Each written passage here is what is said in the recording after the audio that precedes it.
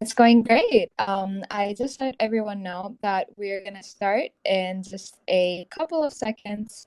We're gonna wait for a few more people to dial in, and we're ready to get started. How's your morning? It's great. Yeah, I was re-looking at all of the different things we've been doing since the last town hall, and there's like a lot of cool things to share. So, yeah, how's your morning going? It's going great. I am super, super excited to know about all of the updates that you have to share with the rest of the community. Why don't we get started, actually? Okay. So I'm super curious to know, since the last time we chatted, Mike, what have been some of the updates for the Goldfinch protocol that you could share with the rest of us? Yeah, there are two. So let's see. Since the last town hall, we did ship one big new feature, which was supporting Wallet Connect on the front end app. So this has been something that folks have been asking for a long time, and on the Warbler Labs team, we've been working on building that out. So I think that launched. Let's see, yesterday or the day before, I forget now, but now the front end app for Goldfinch supports Wallet Connect, which expands beyond MetaMask. So a lot more folks will be able to use the app through the front end now because Wallet Connect supports a number of additional wallets. And then yeah, so that was a big update. And then a second big one that it was cool to see is just over the last few hours, the TVL on Goldfinch passed $100 million, which is a big milestone for the Goldfinch protocol. So if you look at the Dune analytics dashboard for the Goldfinch protocol, you'll see it just crossed 100 million. So it's exciting to see that kind of big milestone over the past few hours as well. Very cool. And I'm just curious, like, why does it matter that the total value locked is increasing? Like, what is, in simple words, like, its benefit or the big deal here? I think it reflects two things. I mean, one, it's important for the protocol to have capital to deploy out to the borrowers. So that when capital is coming into the protocol, it just means that together as a community, we're going to be able to get more loans out there around the world. So that's really helpful. And then the second thing is I think it reflects a vote of confidence from the broader crypto community that about like what Goldfinch is doing and the potential. And so seeing capital come in is a sign that like a lot of folks want to kind of help Goldfinch do all of this kind of deployment and expand the loans. Very cool. Thank you so much for saying that. I thought it would be interesting for people with that have lesser context to know like about the value of that. And I think with that, I'm super curious to hear about our recent governance activity. I know that the Yep. community has pushed for some really cool proposals. Yeah. So let's see. I'm opening it up now, and we can talk through all of the recent activity on the governance forum since we did the last town hall. There have been a number of proposals that passed, which is exciting. So the first one that passed a few days after our last town hall was GIP04, which is about expanding eligible voting for GFI. So this proposal was about making it for the folks that have kind of earned G5, but it's still locked up in the protocol, they can still use that towards votes.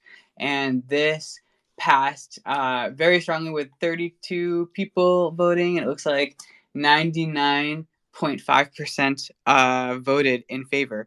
So that was great to see that pass. I think it's helpful because it's going to allow a lot of the like really long-term oriented folks who are receiving G5 but having it vest over a period of time, they'll still be able to participate in future governance votes. The second proposal that also passed, let me see if I'm going in order here. Yeah, so GIP07, which is about supporting entities on Goldfinch, that also passed. And so the background on this one is on the Warbler Lab side, we have created this NFT called Unique Identity (UID), and this confirms that someone has been KYC'd. And we expanded this to support entities. So now there's like an entity version of the UID.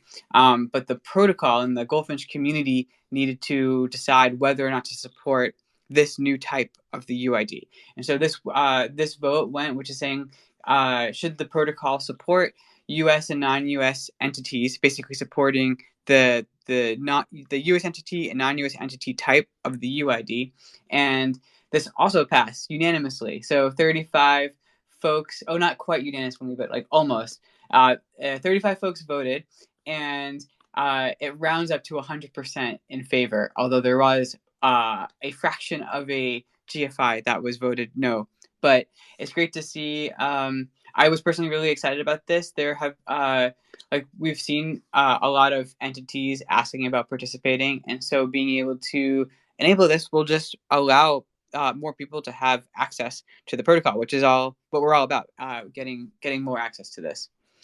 And then let's see, the third proposal that was voted on was GIPO 8, which is about creating new community management and roles and back pay. And this was creating a whole system for creating community management going forward and compensating that, as well as providing back pay for all of the great community management work folks have done in the community so far.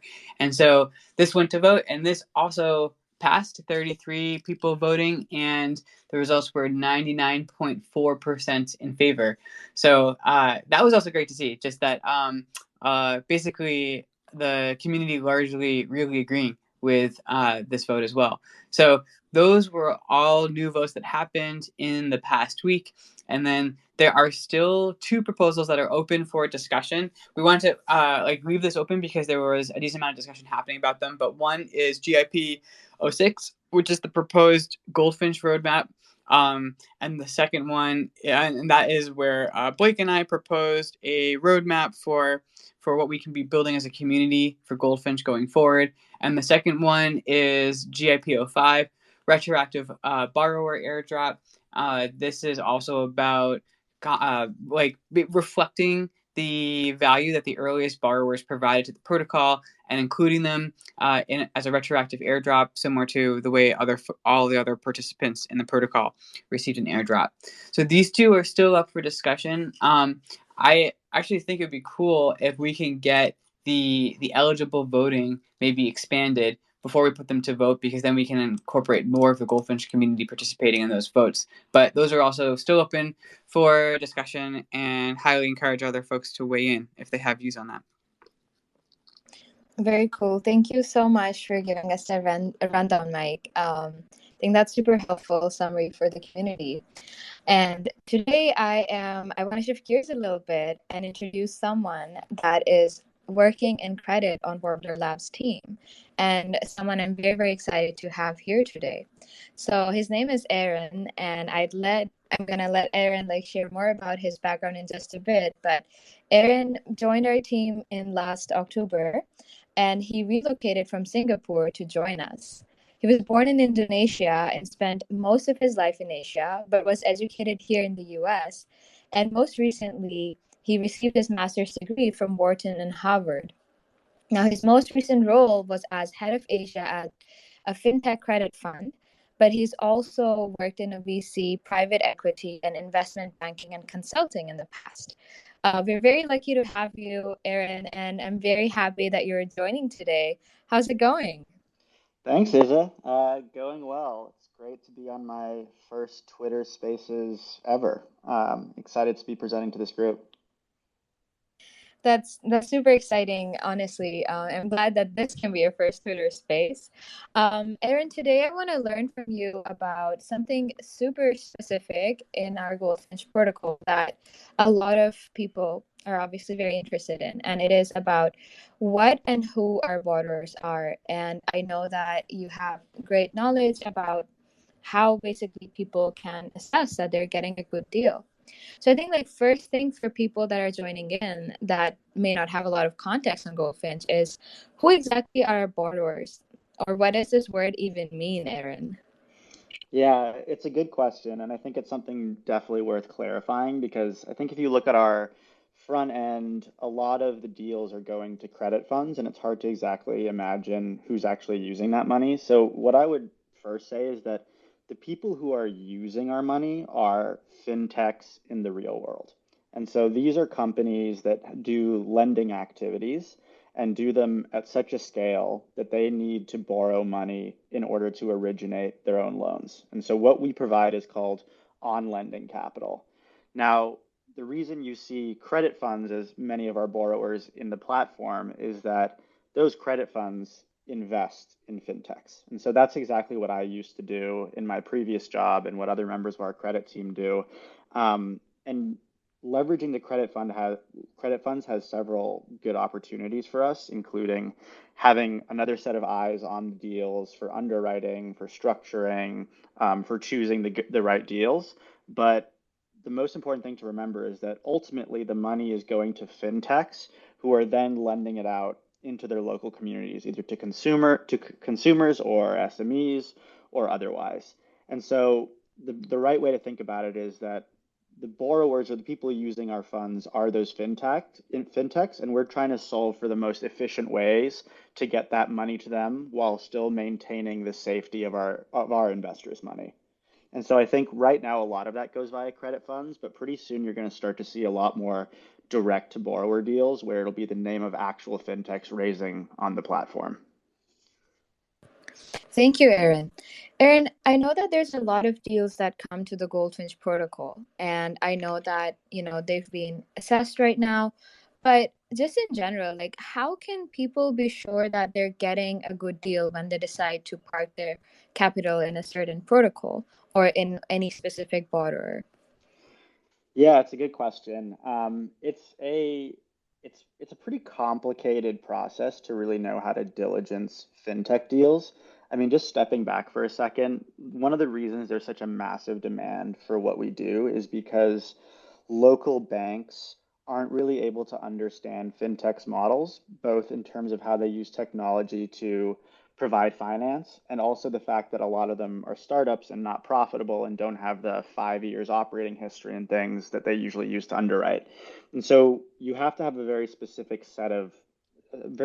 lens in order to assess these borrowers to figure out what the good ones are, because there will be a lot of deals out there that are not good. And so from my perspective, some of the most important things to look at are, first of all, has the business proven its model? Like if you're going to have a technological innovation to say using technology to offer finance to students, for example, is a really innovative solution. You still have to prove that that works, right? That the people are going to repay you, that you're giving them the loans in the right way, that you can achieve scale. And so one thing to look at is how many loans they've originated, how long have they been around, have they proven that their model actually works? The next thing I would look at is basically what are their unit economics, or effectively, can they afford our debt? If they're going to pay 10% per annum for our debt, they have to be lending out at more than that. If they're lending at less than that, then they're making a loss at taking our debt, and it means that fundamentally their product doesn't cover our cost of capital. So that's another thing that people look pretty closely at, and they factor in other things that could affect the returns of these investors, like loss rates, as well as their OPEX and things like that. But can they afford our debt is an important part of it. And then the last part I would look at is corporate strength. So for the most part, we're not funding only the loans directly. We also have recourse to the borrower's balance sheet and guarantees and things like that. And so if you have a fintech that just received millions of dollars in equity money and that's just sitting on their balance sheet and we have a guarantee, you can be quite certain that even if there's an issue with the loans being originated, that the company itself can repay us. And so those are some of the things that I think about. There's obviously a lot of nuance to that. And this again kind of highlights one of the reasons why we focus so much on credit funds early on while we're growing our book, because those guys do have very specific ways and deep dives into these companies that can kind of capture some of these idiosyncratic risks well. Although we're hoping over time that, through community education as well as other things, people will be able to do that deal analysis themselves. But one more thing to add is just that for the moment, observing how other people who know how to underwrite these deals think about them is also a good signal for what's a good deal. And that's partly why we put these reputable credit funds on there saying, hey, we've looked at this deal, we have skin in the game, we think you should join. Thank you so much for that super helpful explanation, Erin. And really, like, I think you shared a lot of super helpful like tips and like ways of like looking at a specific deal. I'm curious here, like, what are some ways specifically that people at Goldfinch or anyone that is, you know, parking capital in one of these borrowers, how can they get in touch with the borrowers directly? Yeah, I think we try to set up as many opportunities to interact with borrowers directly, and I would actually love to see more community members take advantage of those. So, we set up the borrowers set up Discords or Telegrams to answer questions during diligence. If it was me, and I'm sure that people would also be happy for you to reach out to them directly, but if it was me, what I would do is analyze the data rooms that we provide, which are pretty comprehensive. Start thinking about questions that you would want to ask, and then use those forums that we've set up to ask the questions to the people who are seeking money. I think something else that we're thinking of doing in the future is these people who are doing more repeat deals with us. We're thinking of having kind of a live data room up there, so people who are already invested in the deals can go there, see updates on the business and things like that, and hopefully that develops an ongoing conversation between investors and borrowers, to make those channels a bit more robust. Because I think it's beneficial for everybody if there's lines of communication. Very cool. And specifically for people that might be new, if you join our Discord, which is linked basically in the Twitter handle for Goldfinch, and we'll share it out after this call. That's a great way to stay in touch with the announcements that different borrowers make and carry more information about where their data rooms are. Erin, really quickly, I'm hoping or wondering if you could give a rundown of some of the deals that are coming to the protocol really soon. I'm hoping if you could speak to maybe what some of the upcoming deals are, what their sizes are, and who the borrowers are. Yeah, sure. So I mean, some of them haven't been announced yet, but I'll talk about it generally and in one case quite specifically. So one of the new borrowers who's going to be coming onto the platform is LendEast. They posted up their overview of themselves as a borrower on our governance board recently, and they should be announcing their first deal soon. But this is a team that I've worked with for a long time. They're based in Singapore. They do investments across Southeast Asia, primarily in Indonesia and the Philippines, as well as in India. And the people that they will be financing with our money are SME lenders, consumer lenders, asset-backed finance lenders. So it's similar profiles to what we've seen in our previous deals like Oya, Divi Bank, Tugende, but all of the borrowers will be in Southeast Asia. Now, in terms of other borrowers coming through the pipeline, we have, I would say, a very robust pipeline that we're looking to diversify across various geographies, mainly in emerging markets, but we're also looking elsewhere. And I think one other exciting thing about borrowers that are upcoming is you're probably going to start seeing more um, loans directly to borrowers. So it'll be profiles of actual fintechs on the platform, and that's something that I'm pretty excited about. But I think in terms of funds, we probably have one Asia fund, one Latin America fund, all coming as new borrowers to the deal in the next few months. Got it. Thank you so much for that rundown. And I'm curious, like, if there is a specific place where you think like our community can go to first, like to gather this information. I know that there's now like a public facing calendar, which is bit.ly/border pipeline. But is there anything, any place else where like a community can make sure they get the information as soon as it comes? Um, yeah, so I would say it's a little bit tough because a lot of these private debt firms are private for a reason. They don't disclose all their deals. And so some of our newer borrowers aren't necessarily going to forecast when they're coming to the protocol. It might be things that you only see as the announcements come up. And so I would say keeping a close eye on the Discord as well as on governance posts where new borrowers are required to introduce themselves, are good places to see upcoming deals.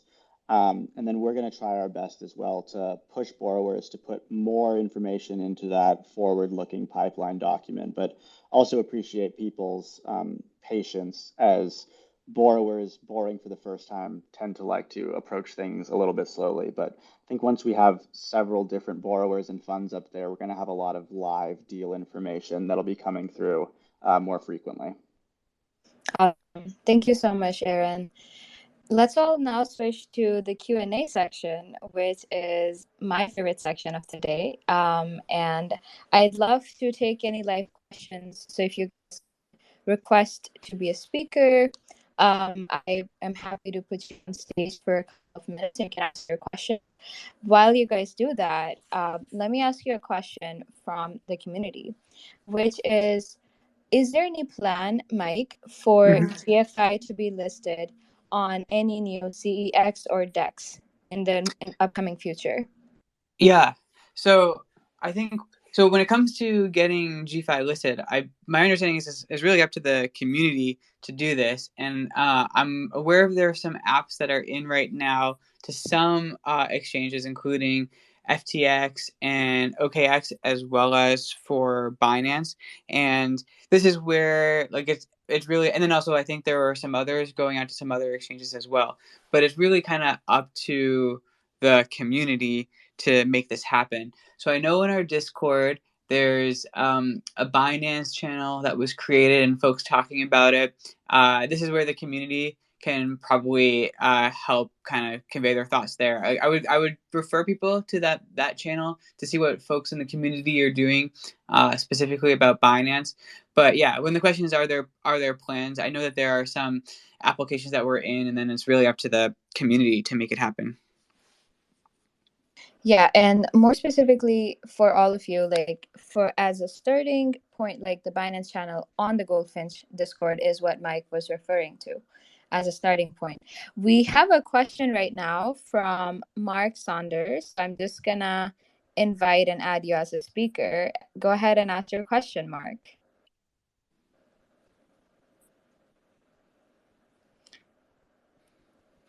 Let's see. I don't see any new speakers. Oh, there we go. Okay. Looks like your mic isn't on right now.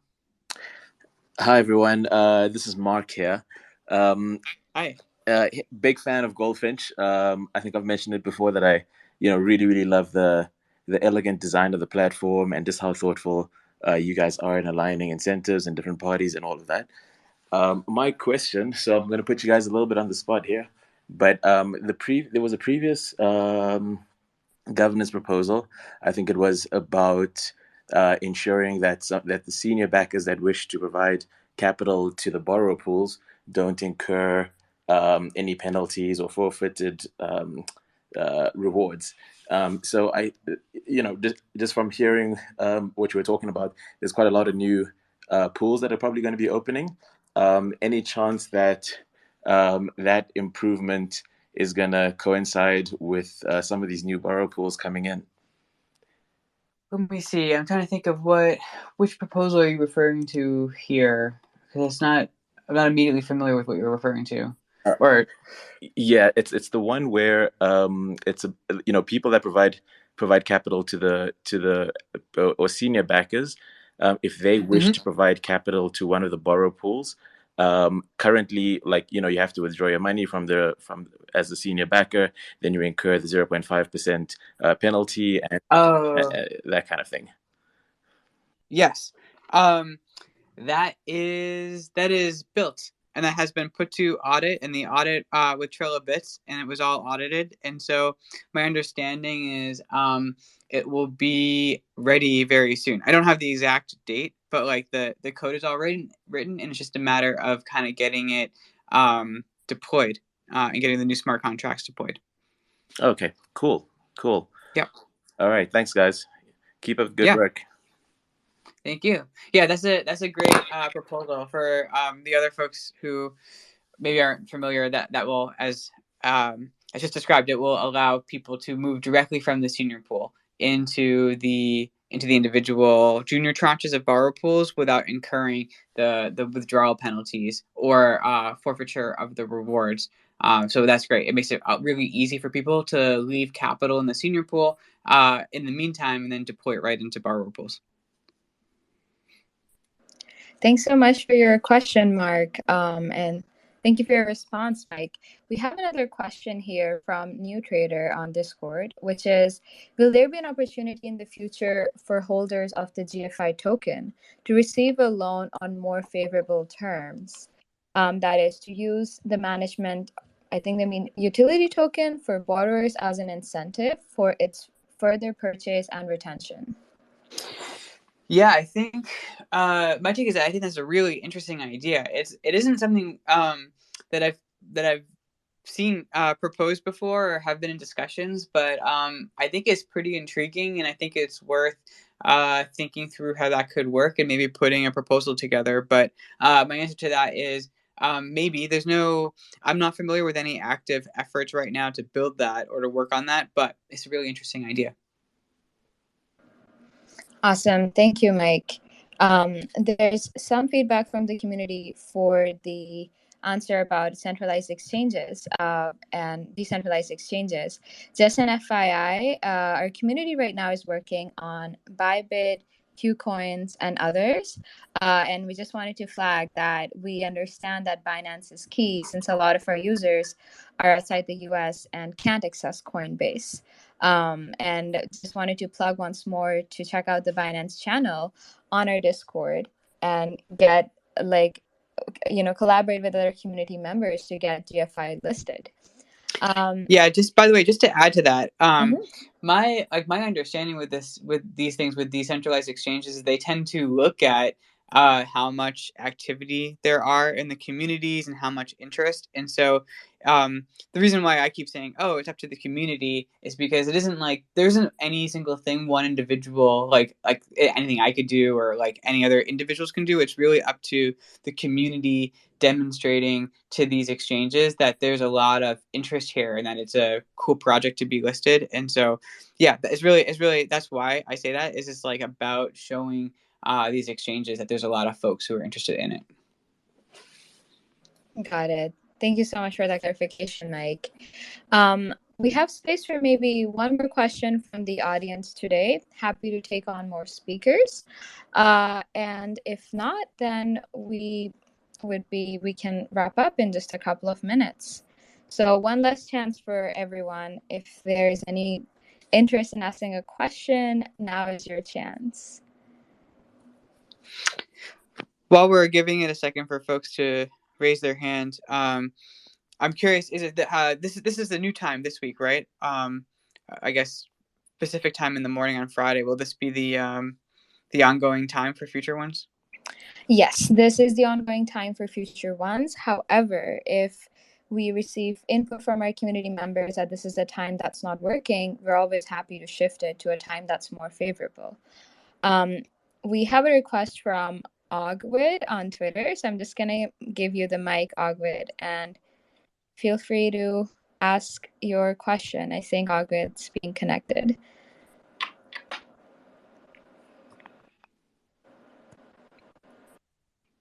Cool. There you go. You have the stage. Great. Thank you. Hey, everybody. My name's August Whitmer. Really big fan of Goldfinch and what y'all are building. Congrats on all the big wins recently. Sorry, Ogwood. I think we're having trouble hearing you. Do you mind speaking up a little bit? Sure. How about now? Is this any better?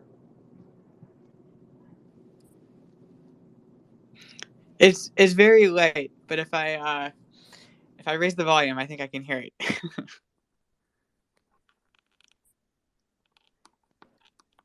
Looks like your mic is off now. Looks like Ogwood's having some tech issues. Let me see if we have Theorizer who's interested in being a speaker, and if they have any questions to ask. You hear me? Yes. Yes. Hi, everybody. Thanks so much for giving me the opportunity to speak here. I've been reading the one paper, talking about, the fact that there is opportunity in emerging markets, etc., and that's, I guess, one of the key arguments to use your protocol, etc. I'm wondering, with what's happening right now, with Ukraine, with kind of sanctions on Russia, etc. How does it impact emerging markets? How are you guys thinking about that? Yeah, that's an interesting question. I guess to make sure I understand, are you referring to like how does it impact the broader, I guess, economics of it, and like who are going to be good borrowers or not for the platform? Yes, exactly. From an economic standpoint. Yeah, my my initial reaction is I'm less of a macro economist, so I wouldn't be able to answer what the effects would be on the like individual borrowers. I would suspect that in certain markets it makes it difficult for some borrowers versus others, and that's just a really important part of determining which borrowers the backers want to support to make sure that they're bring on good credit risks in that standpoint. But I would say that one of the benefits of what Goldfinch is doing is going to many markets all over the world, throughout Latin America, Africa, Europe, North America, Asia, like everywhere. And that provides a degree of diversification where if there's like one part of the world that is seeing sort of big anomalies in the economics that put certain borrowers at risk, hopefully the broader protocol is diversified and able to kind of like handle those kinds of things. So I think the high level answer I would have for you is like these kinds of things that happen in the world, they're real credit risks. I personally am not an economist and can't really say exactly how that would affect the credit risk of any individual borrower, but I think it's a really important thing to consider for each borrower that the backers want to provide capital to, and then hopefully with the broader diversification of the protocol, that helps to sort of like work, be more sustainable, even when different parts of the world are having certain kind of big impacts on the economy. And I would just add, I mean, I agree with everything that Mike said, but I would just add we had an interesting discussion about this on the TradFi Lounge channel in our Discord recently. So would encourage you to check out some of the good responses there, as well as contribute if you want to chat about it further. Got it. Thanks, guys. Thanks, Mike. Thanks, Aaron. All right. Thank you so much for your question. With that, unfortunately, we are out of time for this week's town hall. But as always, we love talking to all of you, hearing from all of you. If you guys have any questions, please do join our next town hall. We're going to share the details about that in the next couple of days. And you can always post your questions in town hall chat. You can always, tag us in the Discord channel, and we'll get back to you as often as we can. But thank you so much, everyone, for coming in and listening today. And as always, Mike, it's such a pleasure to chat with you and hear about your insights. And Aaron, I'm so happy that you joined, and I got to learn a lot, even though I am part of Goldfinch, like helping Goldfinch. And yeah, it's been such a pleasure to have both of you. Thanks, Ezza. Yeah, and thanks, Aaron. That was great. Thanks. All right. Thanks, everybody. Have a great rest of your day or evening. Yep. Bye. Thank you all.